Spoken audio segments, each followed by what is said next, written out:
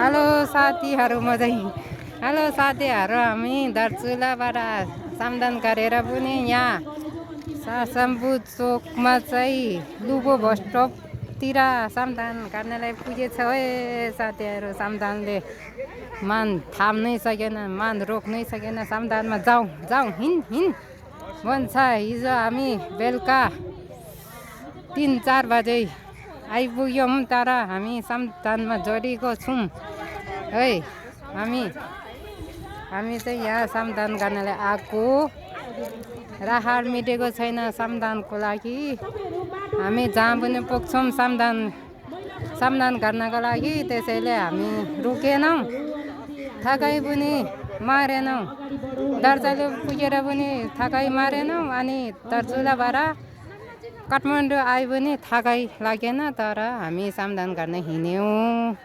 साथीहरू कस्तो लाग्छ हेरेर लाइक कमेन्ट गर्नुहोला आफ्नो इच्छाले, जबरजस्तै होइन, आफ्नो सोचाइ हो। आफ्नो सोच के छ? हामी सामदान गर्छौँ, सामदानले नै देश बनाउँछ भन्छ। त्यही भन्ने मान्छेहरूले चाहिँ बजेट पालाउने हामीले जस्तै गरेर देखाउँ।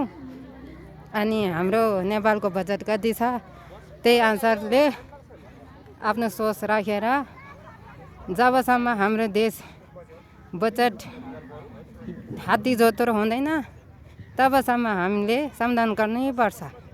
सामदान गरेन भने बजेटले मात्रै कति चाहिँ गर्ने। हामी फेरि बजेटमा ट्याक्स तिर्नेलाई पनि हामी रुन्छौँ। अनि ट्याक्स पनि तिर्नु नसक्ने अनि गरिब हो भन्छन्। अनि फेरि सामदानले गर्नुपर्छ भने सामदानले नै के देश बनाउँछ भन्छ। जति सक्दो सामदानमा जोड्नु है, इतिहास लेख्नु। हामी त इतिहास लेख्नको लागि, देश बनाउनको लागि, देश साफ पार्नको लागि हामी आफ्नो शरीर कसरी साफ राख्छ त? अलिकति दुलो लाग्यो कि नुहाइहाल्नुपर्छ है, अलिकति दाग लाग्यो कि मेकअप लगाइहाल्नुपर्छ, लिपस्टिक लाउनुपर्छ, काजल लाउनुपर्छ। देश पनि त्यस्तै हो। नेपाली नागरिकमा लिएपछि, नागरिक भएपछि देशको चिन्ता गर्नुपर्छ। देशको लागि सामदान गर्नुपर्छ। देशको लागि सामदान गरेन भने कहिले पनि देश उतो लाग्दैन अनि देश पनि बन्दैन। बजेटको पर्खाइले कहिले पनि देश बन्दैन।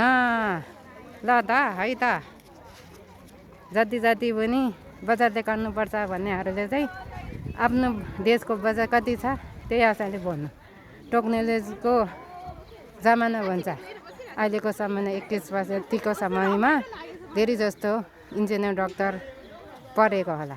त्यो पढाइ लेखाहरूले ग्रुपमा के गर्नुपर्छ भनेर चाहिँ कति सर्चिस गरेछ, कति विचार राखेको छ, कति के डिबेट गरेछ, तिनीहरूले हामीलाई भन्नु है त।